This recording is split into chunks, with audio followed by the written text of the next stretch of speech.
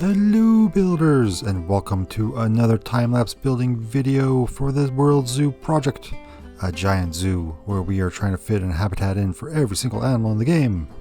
In this one I am going to be building for you the African penguins, the first animal going into our aquarium build. The aquarium build, of course, featuring not just the penguins, but the gray seals and the California sea lions. So this build video will start with me building the initial setup for the aquarium, and then we will quickly transition into working on the penguins. And remember, if you like Planet Zoo and you like this video, why don't you hit that subscribe button, leave a like, comment, do all those things YouTubers like asking people to do.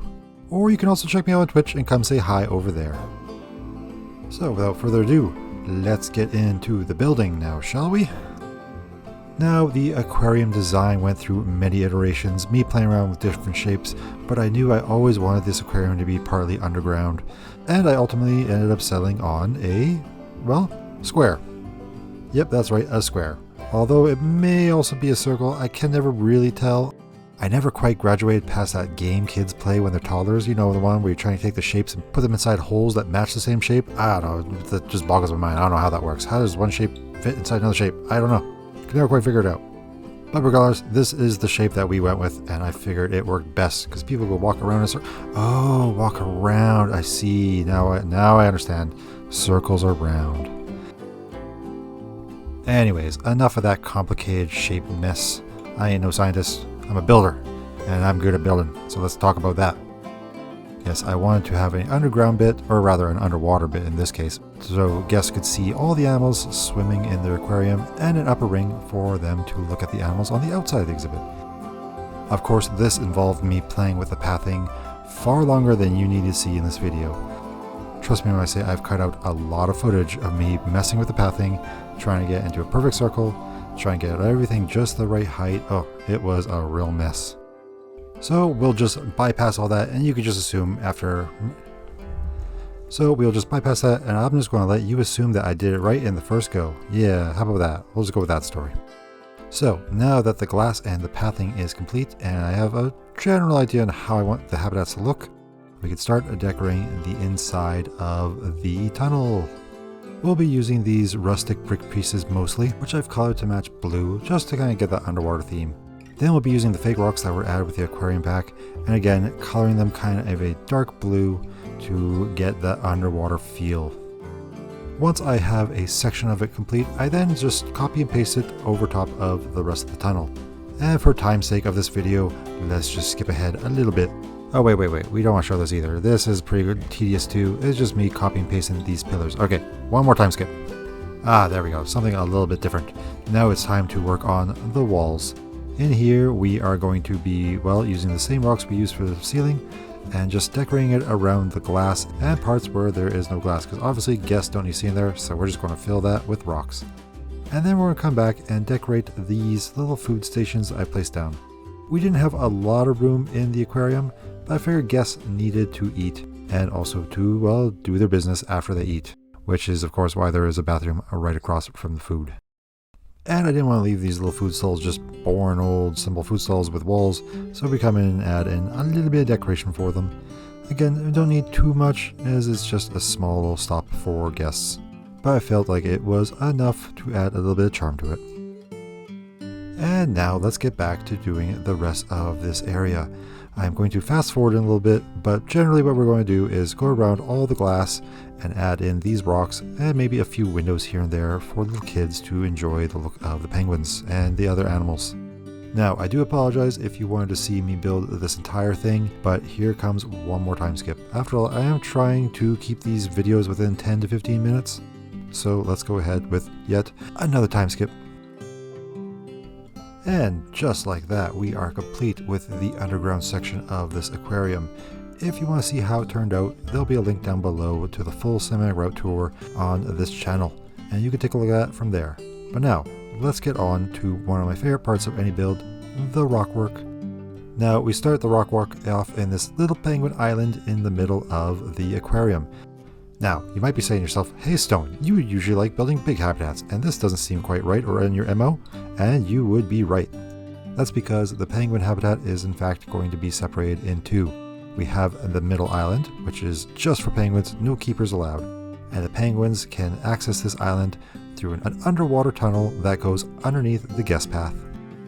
Now, this tunnel proved to be quite a bit of a drain on my brain cells, and I had very few left over, as once I had built it and put the penguins into the habitat, the tunnel I found was too small, and after many iterations, even widening the tunnel, it still wouldn't work. And I found what the problem was it was in fact the rocks.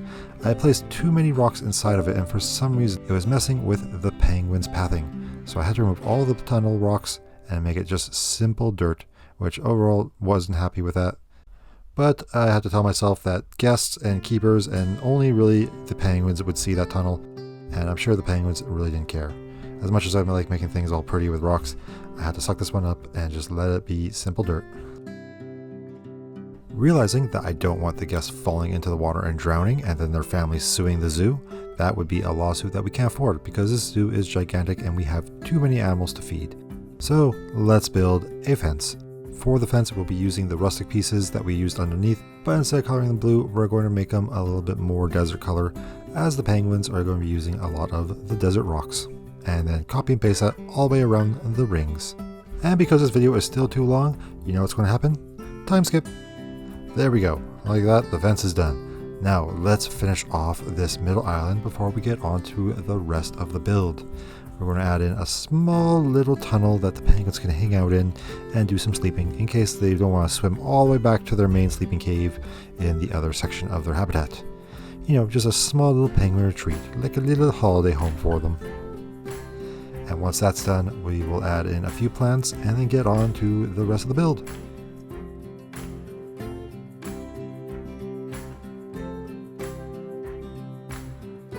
Just look at that. All those beautiful plants going in and making this look like a tropical retreat for the penguins.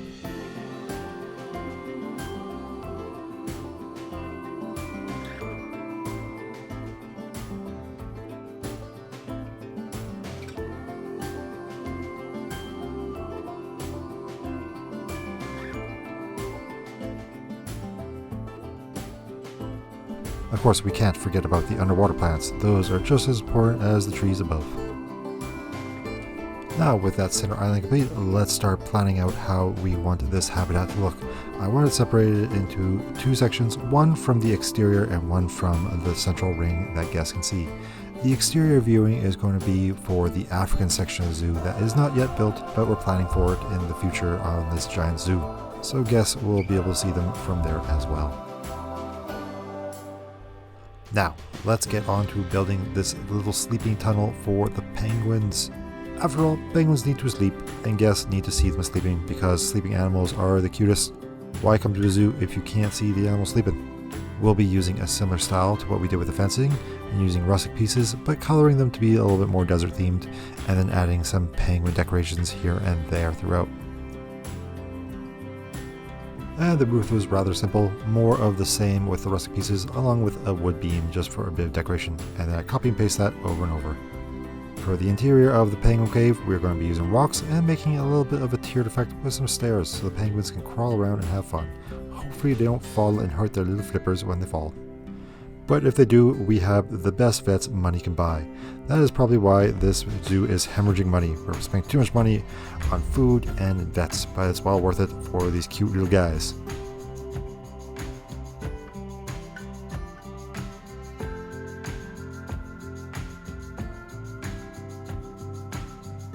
Now, let's get on to doing more rock work for this habitat. After all, every good habitat needs a good, strong base to build off of. And builders, there ain't nothing stronger than rocks. And anyone who's watched any of my videos knows I love me doing rock work. Rock work is the dream work. It's what makes habitats look as beautiful as they do. You might be thinking it's the plants, and while that may be true, underneath those plants, it's rocks. And you can't have beautiful plants without rocks for them to sit on. On the other hand, what you're probably really thinking is this guy is rambling about rocks too much, and he's probably some guy who's just recording way too late and should be going to bed. And while that may be true, what's also true is I really do love rocks, and I mean what I say. Rocks are amazing. Practice your rock work, and you can't go wrong in your zoos. And speaking of being up late recording when I really should be going to bed, let's do more random rambling about things I like. For instance, these cute little stairs. I love those stairs. Look at them. Just imagine little penguins walling down those stairs with their little flipper feet. Oh, that's so cute.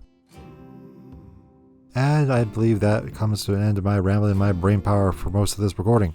Let's just sit back, enjoy the rest of this rockwork, and some lovely music.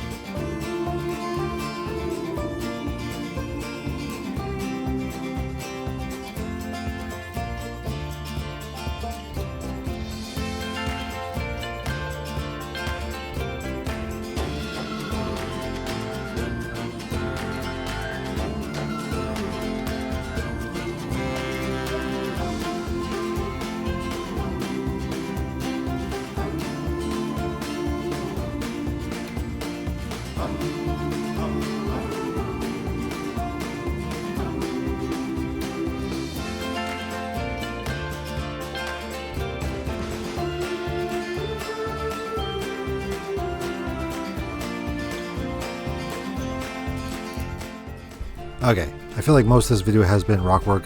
Let's leave that behind now and start working on some beautiful greenery for this habitat. We'll start by doing the underwater kelp and eel grass and all those little things to fill up those underwater cracks and give the penguins something to swim through. After that, we'll be moving inland and decorating the shoreline for the penguins. Although we won't be doing too much other than maybe a few reeds and bushes and a couple trees up on the hill, as this is supposed to be a desert coastline.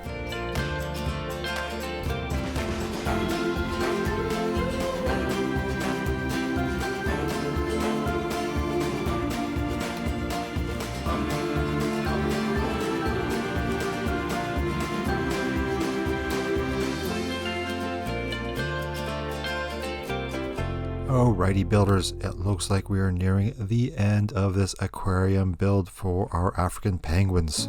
So if you enjoyed this video, feel free to leave a like, comment, subscribe, and do all those YouTuber things as I said at the beginning of the video. And also come join me on Twitch if you want to come say hi and watch me build the zoo along with other weird projects I have on the go.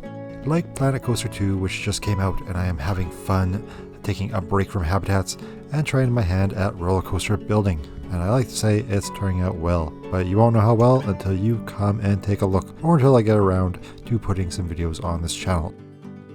Okay, that's enough self-promotion. Let's end this video with a cinematic road tour of the African penguins. So builders, I hope you have a great day. Goodbye!